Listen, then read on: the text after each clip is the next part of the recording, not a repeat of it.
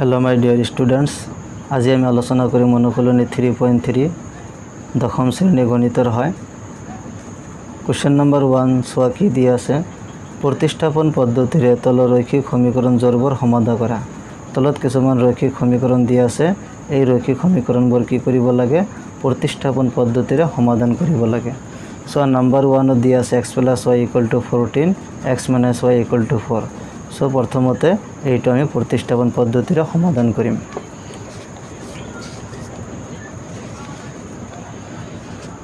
सो दिया आछे x + y = 14 x - y = 4 सो प्रतिस्थापन पद्धतिरे কি কৰিব লাগে समाधान কৰিব লাগে सो x + y = 14 এইটো সমীকৰণ দিয়া আছে ইয়াৰ পৰা আমি x নাইবা y ৰাখিম सो x = 14 - y তুমি x ৰাখিব পাৰা বা y ৰাখিব পাৰা এতে x + y = 14 আছে x আমি ৰাখিছো গতিকে 14 - y y ৰ আগত কি চিন আছে প্লাস আছে ওফালে গলে কি হ'ব মাইনাস হ'ব এইটো ইকুৱেশ্যন নম্বৰ 1 অৰ্থাৎ সমীকৰণ নম্বৰ 1 কৰি থৈ দিলো আৰু কি দিয়া আছে x - y = 4 এইটো ইকুৱেশ্যন নম্বৰ 2 কৰি থৈ দিলো যেটো পিছৰ সমীকৰণ দিয়া আছে x - y = 4 এইটো equation number 1 so equation number 1 আৰু ইকুৱেশ্যন নম্বৰ 2 পাই গলো এতে কি কৰিব লাগিব ইকুৱেশ্যন নম্বৰ 1 ৰ যি x ৰ মান আছে x ৰ মান কিমান 14 - y এইটো 2 নং সমীকৰণৰ x ৰ ঠাইত প্ৰতিস্থাপন কৰিব লাগিব বা বহুৱাই দিব লাগিব না এতিয়া 1 নং সমীকৰণৰ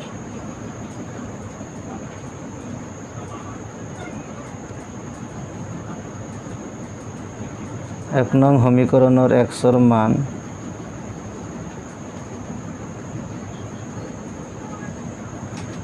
एक नং समीकरणर x ৰ मान 2 নং সमीकरणত 2 নং সमीकरणত বহুৱাই পাও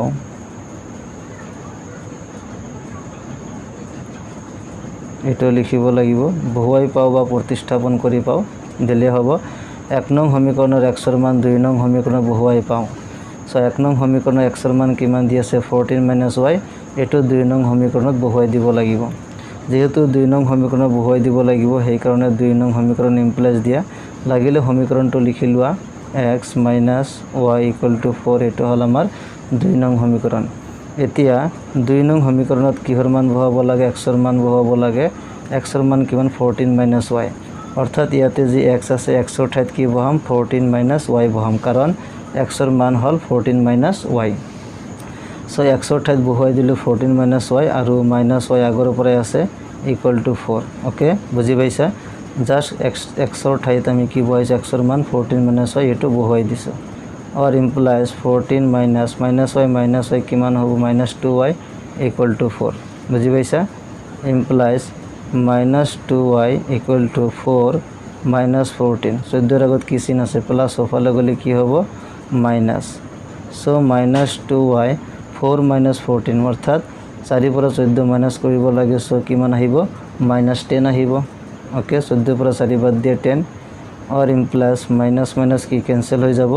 সো y বাকি থাকিলে আমাৰ y = ওপৰত থাকিব 10 আৰু তলত আহিব 2 কাৰণ 2 ৰ লগত y পূৰণ আছে ওফালে গলে কি হ'ব হৰণ অৰ্থাৎ তলত আহিব और ইমপ্লাইজ y = 2 আৰু 10 কটাকটি কৰিব লাগিব কিমান বাৰ যাব 5 বাৰ যাব সো y = 5 y ৰ মান কিমান পালো 5 পালো এতিয়া y ৰ মান 5 পালো x ৰ মান বাকি আছে এতিয়া x ৰ মান কেনেকৈ উলিয়াব লাগিব 1 নং সমীকৰণ নহলে 2 নং সমীকৰণ বহুৱাই দিলে আমি x ৰ মান পাই যাম 1 নং সমীকৰণতো বহুৱাব পাৰা বা 2 নং সমীকৰণতো বহুৱাব পাৰা এটা তোমালোকৰ ইচ্ছা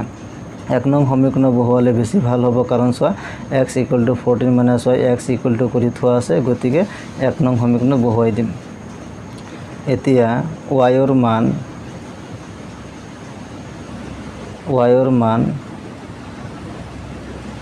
1 নং সমীকৰণত y ৰ মান 1 নং সমীকৰণত বহুৱাই পাও y ৰ মান 1 নং সমীকৰণত বহুৱাই পাও 1 নং সমীকৰণটো কি দিয়া আছিল x = 14 - y দিয়া আছে 1 নং সমীকৰণটো কি দিয়া আছে 14 - y এটো লিখি ললো এতিয়া সোৱা ইমপ্লাইজ x = 14 - y y ৰ মান কিমান 5 এইটো উলিয়াই লৈছোঁ অৰ ইমপ্লাছ এক্স ইকুৱেল টু 14 মাইনাছ 5 14ৰ পৰা 5 বাদ দিলে অৰ্থাৎ মাইনাছ কৰিলে কিমান আহিব 9 আহিব ওকে গতিকে এক্সৰ মান পাই গ'লোঁ therefore x ইকুৱেল টু 9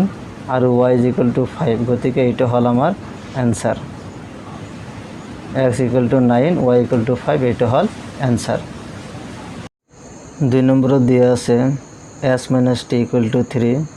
আৰু s by 3 plus t by 2 equal to 6 এইটো সমাধান কৰিব লাগে অৰ্থাৎ আগৰটোত x আৰু y অৰ্থাৎ x ৰ মান আৰু y ৰ মান উলিয়াব লাগিছিল এই ক্ষেত্ৰত কি উলিয়াব লাগিব s ৰ মান উলিয়াব লাগিব আৰু t ৰ মান উলিয়াব লাগিব কাৰণ ইয়াতে s আৰু t দিয়া আছে so s minus t equal to 3 s minus t equal to 3 implies s equal to 3 plus t ৰ আগত কি চিন আছে মাইনাছ ওফালে গ'লে কি হ'ব প্লাছ এইটো সমীকৰণ নম্বৰ 1 আগত যেনেকৈ x ৰাখিছিল ইয়াতে কি ৰাখিম আমি s ৰাখিম so s equal to 3 plus t and আৰু s by 3 plus t by 2 equal to 6 এইটো ভগ্নাংশ আকাৰত দিয়া আছে গতি এইটো সৰলৰৈখিক আকাৰলৈ পৰিৱৰ্তন কৰিব লাগিব এইটো 2 নং সমীকৰণ কৰিব নোৱাৰা সেই কাৰণে ইয়াক সৰলৰৈখিক সমীকৰণলৈ সমাধান কৰিবলৈ হলে কি কৰিব লাগিব এই দুটা যোগ কৰিব লাগিব 3 আৰু 2 ৰ লসাগু কিমান হ'ব 6 3 6ত কেইবাৰ যায় দুইবাৰ 2 ৰ লগত s পূৰণ কৰিলে কিমান আহিব 2s প্লাস 2 3ত কেইবাৰ যায় তিনিবাৰ 3 ৰ লগত t পূৰণ কৰিলে কিমান আহিব 3t okay equal to 6 implies 2s plus 3t equal to 6 ৰ লগত 6 পূৰণ কৰিলে কিমান আহিব 36 অৰ্থাৎ 2s plus 3t equal to 36 equation number 2 কাৰণ এটো সৰলৰৈখিক সমীকৰণলৈ পৰিৱৰ্তন হৈ গল গতিকে এটো ইকুৱেশ্যন নম্বৰ 2 নাও 1 নং সমীকৰণৰ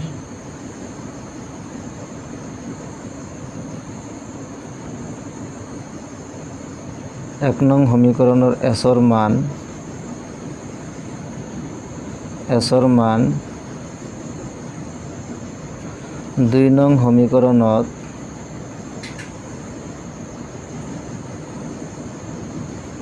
2 নং সমীকৰণত বহুৱাই পাওঁ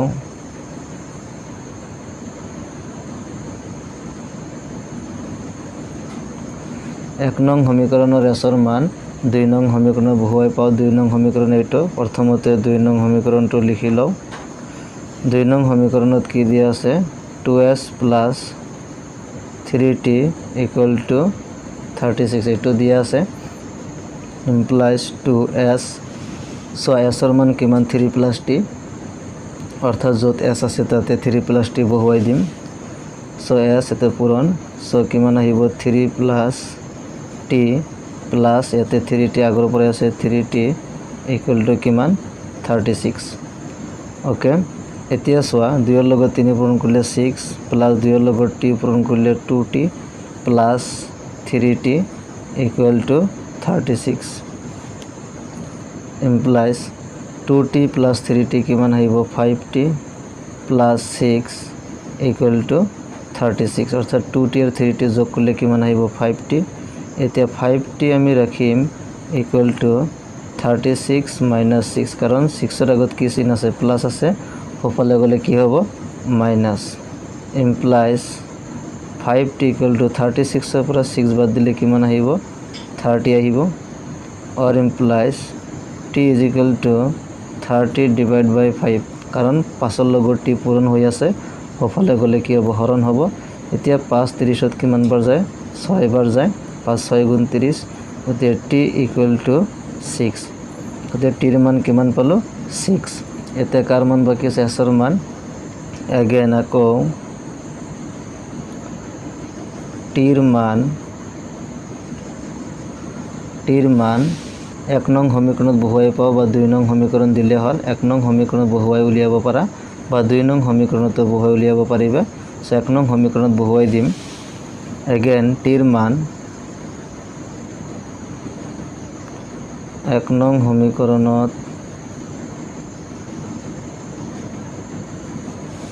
সমীকৰণত বহুৱাই পাও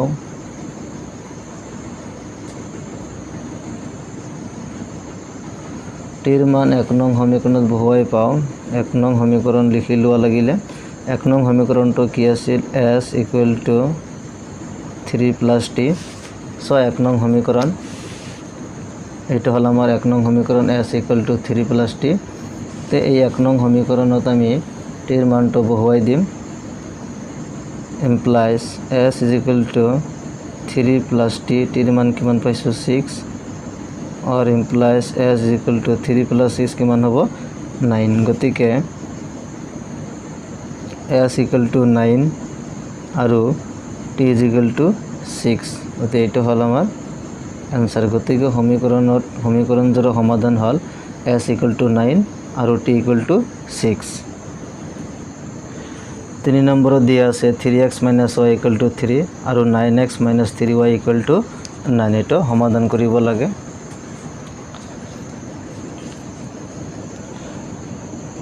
3x - y equal to 4 implies 3x equal to 4 plus y y আগত মাইনাস ওফালে গলে কি হ'ব প্লাস হ'ব or implies x equal to 4 plus y divided by কিমান আহিব 3 আহিব কাৰণ 3 ৰ লগত x পূৰণ আছে ওফালে গলে কি হ'ব হৰণ গতিকে ইকুৱেশ্যন নম্বৰ এটো 1 and আৰু 9x - 3y equal to 9 এটো হ'ব আমাৰ ইকুৱেশ্যন নম্বৰ 2 now আগৰ নিচিনাকৈ লিখিম 1 নং সমীকৰণৰ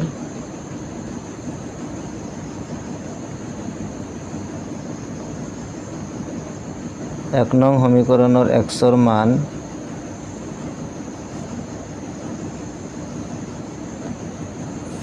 2 নং সমীকৰণত বহুৱাই পাওঁ 1 নং সমীকৰণৰ x ৰ মান 2 নং সমীকৰণত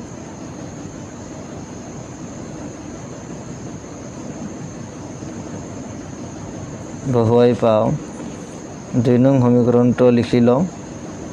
2 নং সমীকৰণটো কি আছে 9x - 3y equal to 9 এটো দিয়া আছে সো 2 নং সমীকৰণ বহুৱাই দিলে 9x x ৰ মান কি 4 plus y divided by 3 so 4 plus y divided by 3 minus 3y equal to 9 or implies তলত কিমান দি আছে 3 9 ৰ লগত 4 পূৰণ কৰিব লাগিব 9 into 4 কিমান আহিব 36 plus 9 ৰ লগত y পূৰণ কৰিলে কিমান আহিব 9y minus 3y equal to 9 or implies 36 plus 9y minus 3 লগত 3 পূৰণ কৰিলে কিমান আহিব 9y আৰু তলত কিমান থাকিব 3 থাকিব equal to 9 কাৰণ ইয়াতে কিমান আছে 1 আছে গতি 3 আৰু 1 ৰ এলসিএম কিমান হ'ব 3 হ'ব সেই কাৰণে ইয়াতে 3 ৰ লগত 3 পূৰণ কৰিলে কিমান আহিছে 9 আহিছে okay or implies 36 plus 9y minus 9 টো ক্যান্সেল গল যে 36 আৰু ইফালে so 36 আৰু ইফালে 3 আৰু 9 ৰ লগত যদি পূৰণ কৰা হয় কিমান আহিব 27 আহিব গতিকে সো ইয়াতে x বা y এতে কোনো চলক নাথাকিল সেই কাৰণে ইয়াৰ কি হ'ব ইয়াৰ অসীম সংখ্যক সমাধান থাকিব কাৰণ x ৰ কি হ'ব x ৰ আটাইবোৰ মানৰ কাৰণে এই উক্তিটো সত্য হ'ব কাৰণ 36 equal to 27 ইয়াতে নিৰ্দিষ্ট কোনো চলক নাই সেই কাৰণে কি সমাধান হিচাপে x ৰ এটা নিৰ্দিষ্ট মান আমি নাপাও x ৰ মান নিৰ্দিষ্ট মান যদি নাপাও বা y ৰ যদি নিৰ্দিষ্ট মান নাপাও তেনেহলে x ৰ নিৰ্দিষ্ট মান নাপাম কাৰণ ইয়াতে y ৰ মান উলিয়াব লাগিছিল কিন্তু y ৰ মান নাপালো সেই কাৰণে y ৰ নিৰ্দিষ্ট মান নাপালো y ৰ নিৰ্দিষ্ট মান যদি নাপাও তেনেহলে আমি x ৰ নিৰ্দিষ্ট মান পাব নোৱাৰো সেই কাৰণে এই দুয়োটা সমীকৰণ কি হ'ব সমতুল্য হ'ব আৰু হেহে কি ক'ব পাৰো এই ৰৈখিক সমীকৰণজোৰৰ অসীম সংখ্যক সমাধান আছে গতি ৰৈখিক সমীকৰণৰ কি আছে অসীম সংখ্যক সমাধান আছে তিকে কি লিখিব পাৰো therefore y ৰ আটাইবোৰ মানৰ ভাবে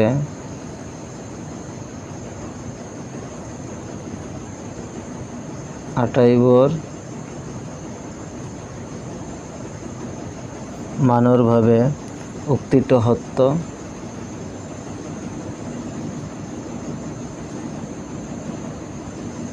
ৱাইৰ আটাইবোৰ মানৰ বাবে কি হ'ব? এই উক্তিটো কি হ'ব? সত্য হ'ব। এক্সৰ এটা নিৰ্দিষ্ট মান নাপাওঁ বা ৱাইৰ এটা নিৰ্দিষ্ট মান নাপাওঁ, আমি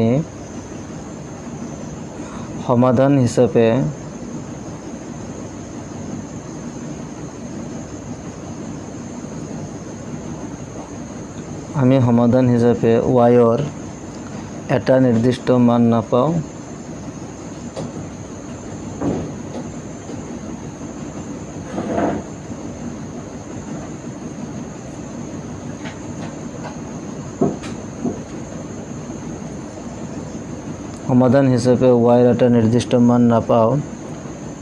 গতিকে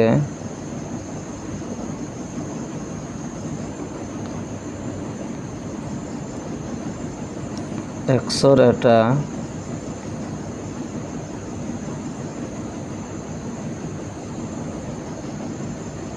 নিৰ্দিষ্ট মান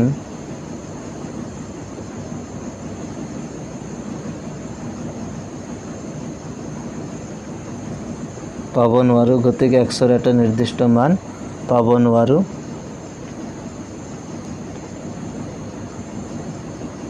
অৰ্থাৎ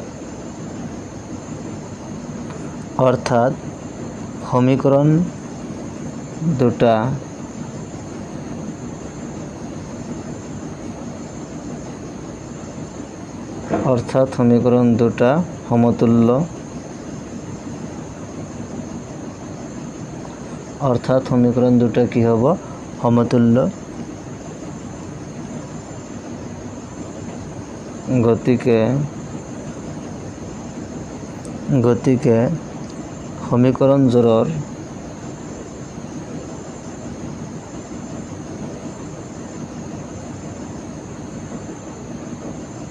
গতিকে সমীকৰণযোৰৰ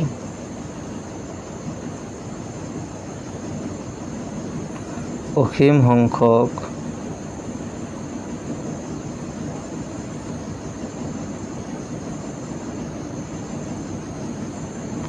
সমাধান আছে। গতিকে সমীকৰণযোৰৰ অসীম সংখ্যক সমাধান আছে।